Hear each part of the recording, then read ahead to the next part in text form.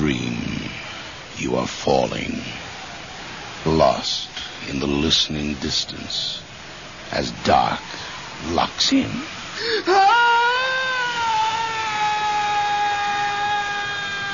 Nightfall.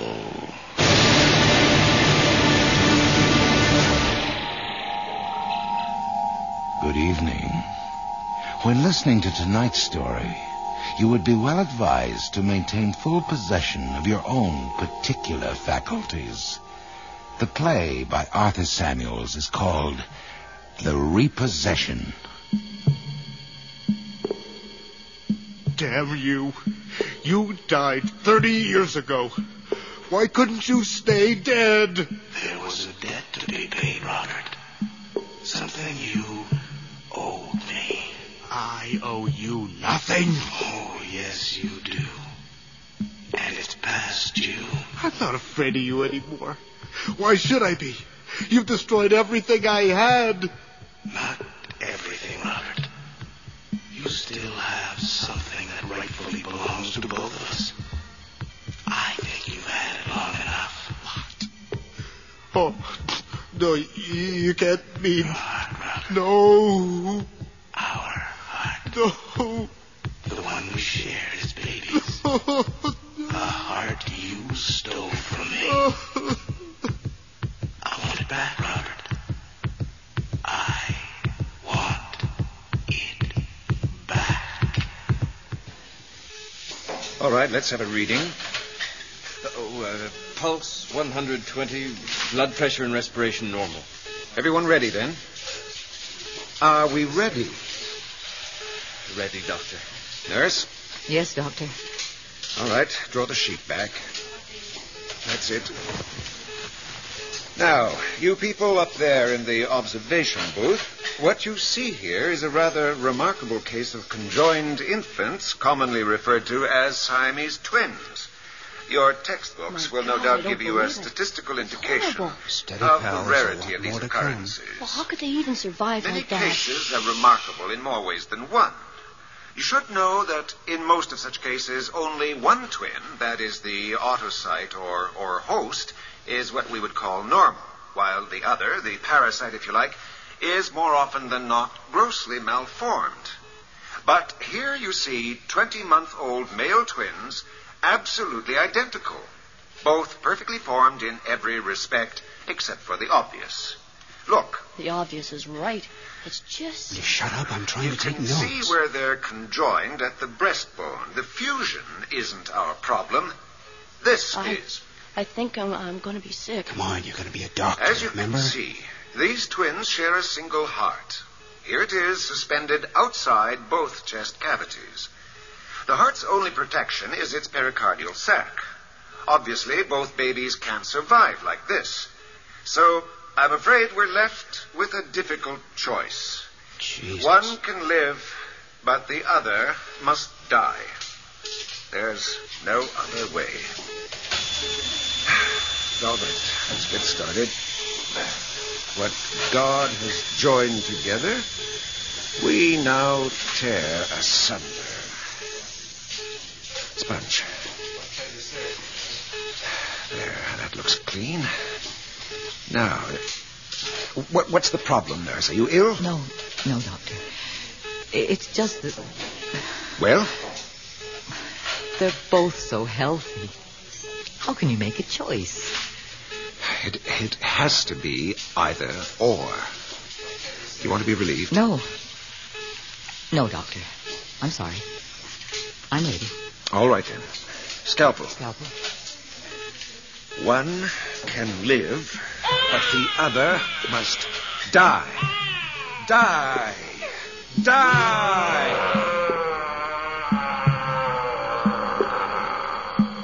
Oh. Honey, it's all right. Come on, wake up. Oh. It's only a dream. Come on, love. God. It's all right. Oh, God, that was rough. The same nightmare? Yeah, with a slight variation. This time I was dying. Bob, don't you think you've had enough of this? What? Well, you've been promising to see someone about this, remember? All right, Beth. No, it's not all right. Do you realize what you've been like these past few weeks? If I say a word to you, you practically bite my head off, and the children are so scared of you. All right, Beth, will you just ease off? It's bad enough without... Does that mean we can't talk about it? Subject closed as usual? No. Just give me a chance to clear my head. I'm going to go take a shower. Yeah, you really should clear your head, Bob. I mean, how long can this go on? I'm sorry, but I'm getting awfully fed up. You think I'm not? No, will you just... What in the name of hell? Beth, come here. What is it? Just get in here. What now? Something else to complain about? What is this? Your sick little way of getting back at me for last night? Well, what are you talking about? That. Oh, my God. I hate you. What does it mean? Oh, you know damned well what it means. And how subtly you express it in lipstick right across the mirror. I hate you. Are you suggesting I wrote that? Who else? It's your lipstick, isn't it? Are you blind? Look at the message. I'm looking, damn it. And all I... Can't you see? It's in your handwriting.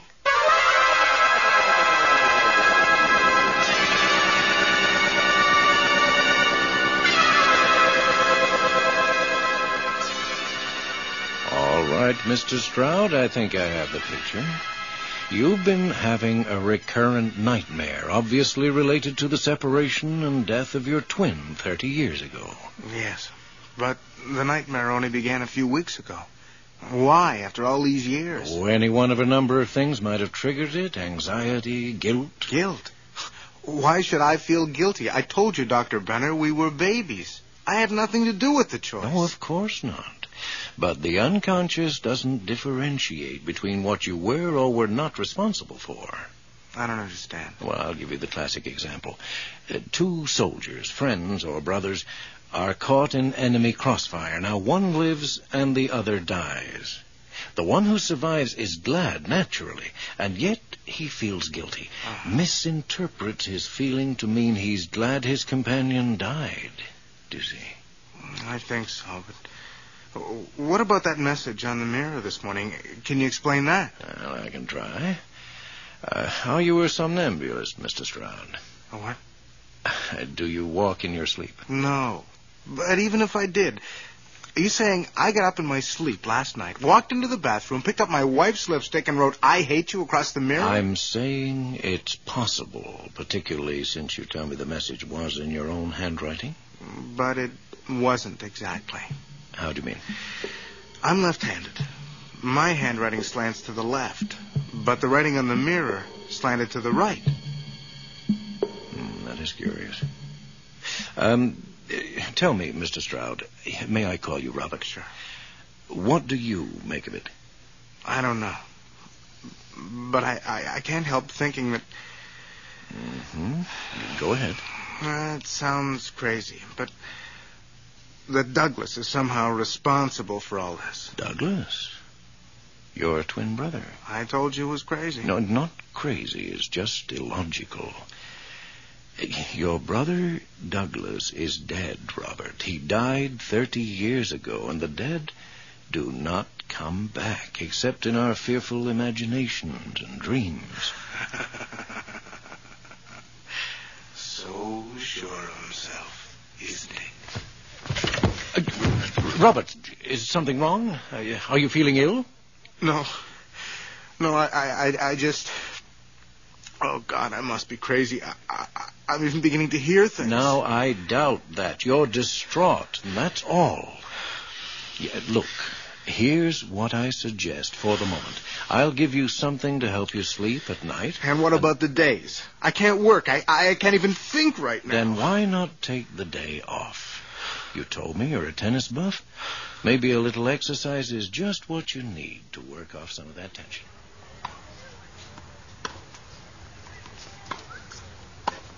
Oh, Bob, I don't believe it. You beat me. And about time, isn't it?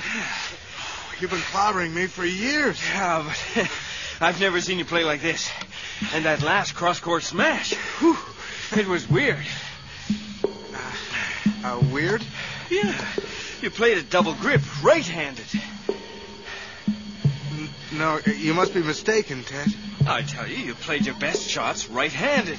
You've always been left, haven't you? Bob? Bob, what's the matter? You just turned white as a sheet. Are you okay? Yeah. You sure? I said I'm all right. Come on, let's head for the showers, huh? Yeah, okay.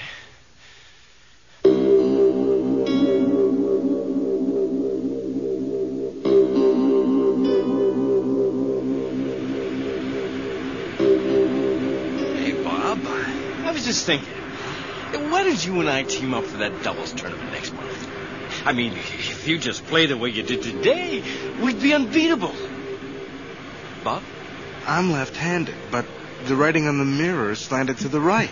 Douglas is dead, Robert. He died 30 years ago, and the dead do not come back. Can't be. What? All I said was that if you and I teamed up... Just not possible. How much proof do you need? Bob, for God's sake, will you watch where you're going? Nearly drove off the road. What the hell's the matter with you? I don't know. I lost control of my right hand. As though... No, damn you, no. Get out! You trying to get us killed? You better pull over and let me drive. Bob, look out!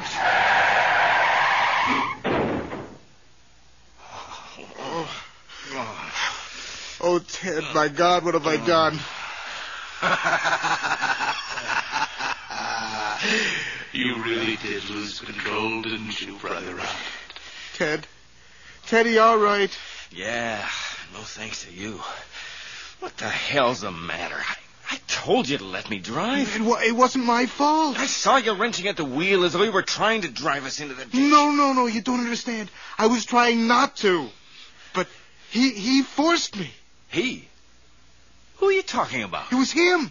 Douglas. It's been Douglas all along. Hey, Bob, I don't think you know what you're saying. Your head. You must be hurt. No. Ted, listen. Believe me. Now, take it easy. Let me drive you home, okay? Yes, Robert. Let's both go home.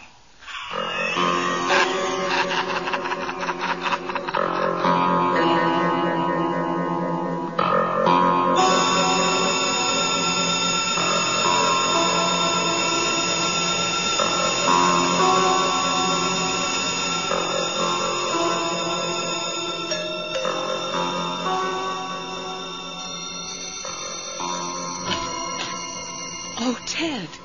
Come in. Only for a moment. I can't stay, Beth. Got to pick up Laurie at school. But I was worried about Bob. Is he okay? I don't know. I'm afraid, Ted. Something's happening to him, and I don't know how to handle it. Oh, easy now. Easy. Where are the kids? I sent them over to my mother's. I didn't want them to see him like this. They'll stay with her overnight. Yeah, that's a good idea. Where's Bob now? In the study. He's locked himself in with a bottle. He won't even talk to me. Let me try. No, Ted, it's no use. I've already called Dr. Brenner. He was out, but his answering service said he'd check in any minute. Doctor? What kind of a doctor? Psychiatrist.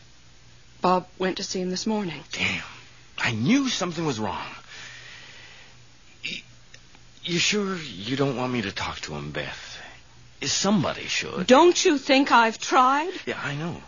I just meant I could call the school and arrange for Laurie to... No. You go ahead. Dr. Brenner should be here soon. Ted, I'm beginning to wonder if I need a psychiatrist. What do you mean? Just before you arrived, I went to the study door. I heard Bob talking. To himself? I'm not sure. And yet, I could swear I heard two distinct voices. I know it doesn't make any sense, but that's what Come now, Robert. Do you really think drinking will make me go away? Yes. You're dead, damn you. And you're alive. And you'd like to keep it that way, wouldn't you? Why have you come back? I've never left you, Robert. After all, we are twins. Inseparable. We were separated by surgery. You died. Yes, I died. Do you think that was fair, Robert? I had every bit as much right to live as you. We were babies. It wasn't my decision. How can you blame me? Oh, I don't blame you, Robert. I hate you. Why? What have I done? You've lived. I've watched you grow to be happy, successful. Well, you've had it all. With nothing but that scar on your chest to remind you that I ever existed. That you owe it all to me. I owe you nothing. I'm glad they chose me to live and you to die, Brother Douglas. And I'm going to make sure you stay dead, damn you. And how do you plan to manage that? My will's as strong as yours. I'll fight you. and I'll defeat you. I don't think so, Robert. I've had plenty of time to observe you all these years. I know your weaknesses. I can destroy you whenever I choose. But there's a happier alternative. What do you mean? You had a demonstration of that today. On the tennis court, remember? You're a mediocre player. On your own. Together, well, you saw the result. I don't want to win that way. With you. The point is, we won, didn't we? Think of the possibilities, Robert. 2 minds, 2 wills combined. We could do anything. I don't want it. I'll shut you out. You managed that for 30 years. But no more. Now I'm part of you, Robert. Leave me alone, damn you. Oh, you're upset. Why don't you pour yourself another drink? Yes, that's it. But let's use your right hand, Robert. I said your right hand. No. There. That's better. What do you want? Half, Robert. Half of everything you are, everything you have, everything you do. Share and share alike. Isn't that the way it should be between twin brothers? You're dead. Stay dead. No way. I shall live through you, my dear brother. Breathe, move, share your pain, your joy. And when you make love to Beth... No way. I'll kill myself first. Kill us both. I couldn't let you do that, Robert. Besides, from now on, our life together will be much more interesting. We'll have that certain edge.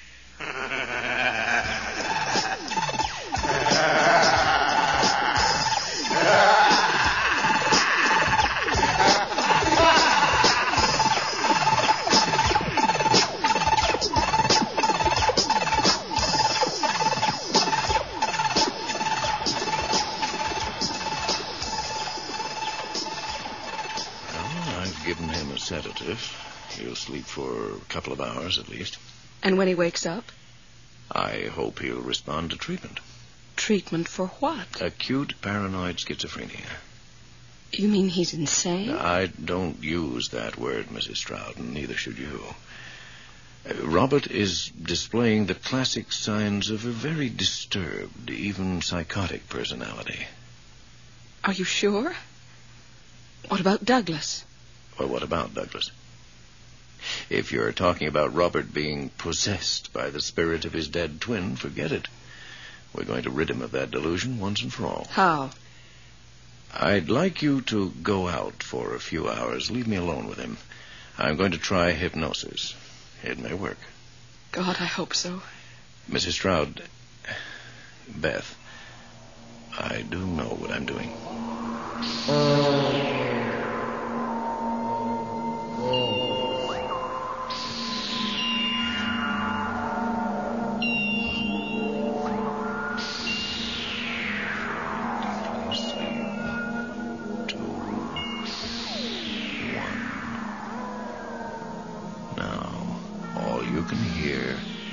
My voice. Do you understand? Yes. Good. Now, I want you to tell me who you are, your full name. Robert Stephen Stroud. Right. Now, once, long ago, you had a twin brother. What was his name? Douglas Dwayne Stroud. Mm-hmm. What happened to Douglas? Mm-hmm. He died, didn't he? No. Yes. Yes. Douglas died 30 years ago. Douglas does not exist. I want you to say it, Robert. Douglas does not exist. Douglas does not. Douglas does not exist. Say it. But how can he say it, Herr Doctor? Obviously, I do exist. No, don't do that, Robert. You're disguising your voice and playing a role, and I want you to stop it. I'm trying. Can't you see how hard he's trying, Herr Doctor? Will you stop it, do you hear? You don't exist. Oh, really? Then why are you speaking to me? I wasn't. Robert, now please, listen to me. Yes, listen to him, Robert. He's confused, you see. His tidy little medical mind can't accept that my words are coming out of your mouth, that I exist in you.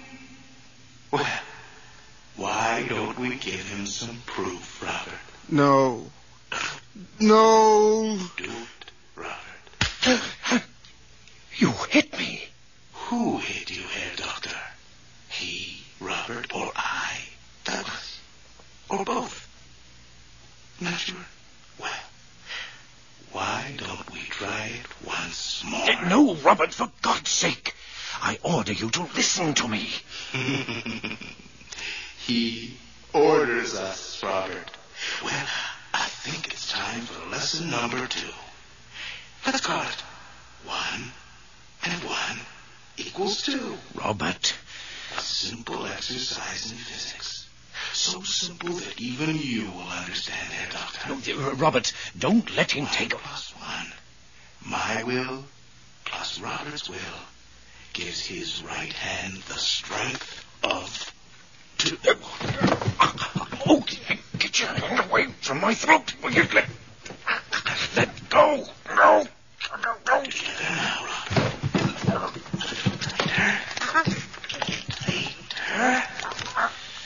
Later.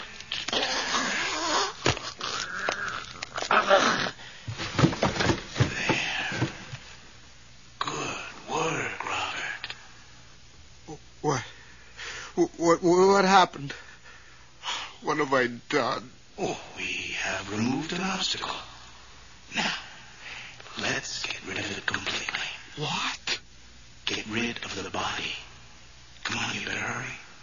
We've so many other things to do, Robert. You and I. Yes, Douglas.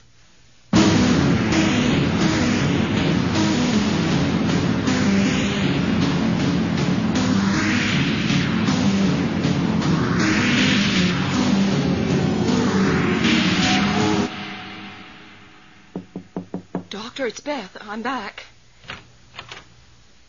Dr. Brenner, are you... Beth? Oh, Bob, you frightened me. What? Shh. Don't say anything. Come in here, please hurry. Bob, what's happening? We've got to act quickly while he's asleep. Dr. Brenner? No, Douglas. Oh, Bob, please. Even Douglas has to sleep. Beth, this may be our only chance. Here, I brought this up from the basement. Oh, my God. Bob, what do you want with an axe? Beth, you've got to listen. Dr. Brenner is dead. Oh, dear God. Well, Douglas made me kill him. He's got control of my right hand. Douglas is taking me over, Beth. We've got to stop him. Bob, you don't know what you're saying. You're ill. You've got to help me. But I don't understand. What do you want me to do? I want you to take this axe and chop off my right hand. It's the only way. What? Bob, you're insane. No, Beth. Beth, this may be the last sane thing I ever do. Now take the axe, Beth. Do it. I can't. Of course she can't, Robert. You bastard! How could she? A sensitive girl like Beth. No. We have another use for that axe. Pick it up, Robert. No. Beth, run, for God's sakes, run! Pick it up. That's it. Your right hand. Our right hand. Now, Robert. Bob, what are you doing? Get away from me, Dono. Please don't. I can't hold back.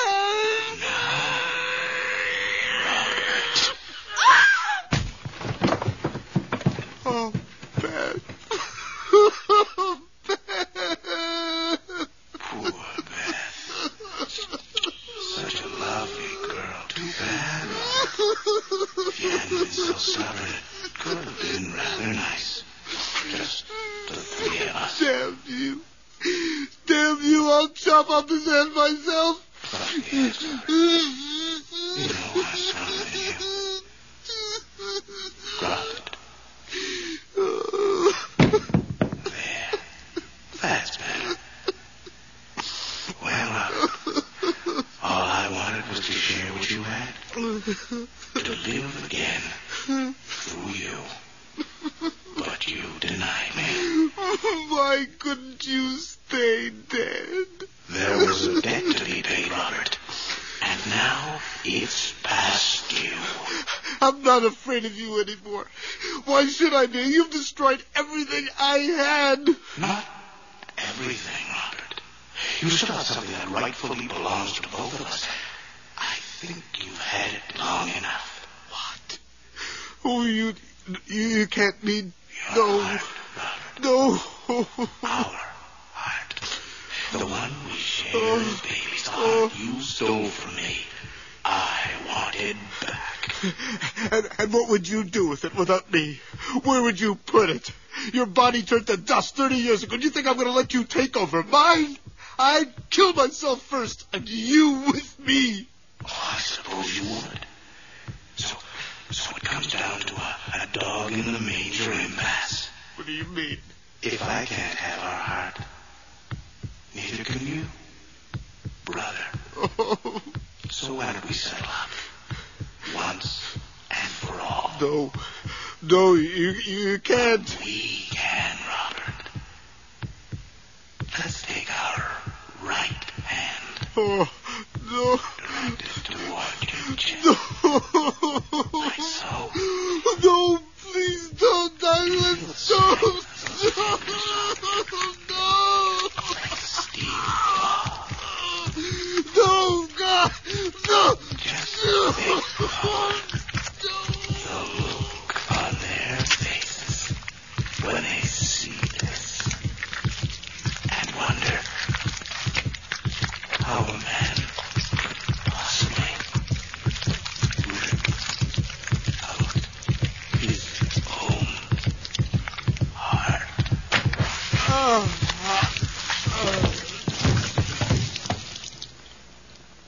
Now, brother, we'll be together again.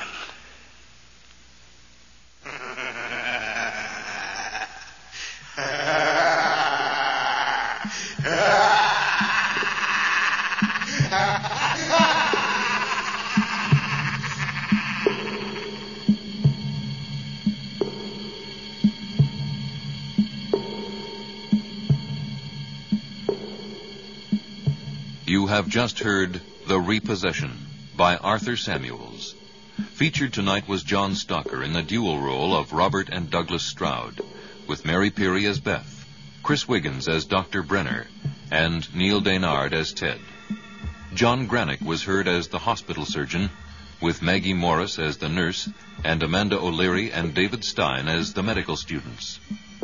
Our recording engineer is John Jessup, with sound effects by Bill Robinson.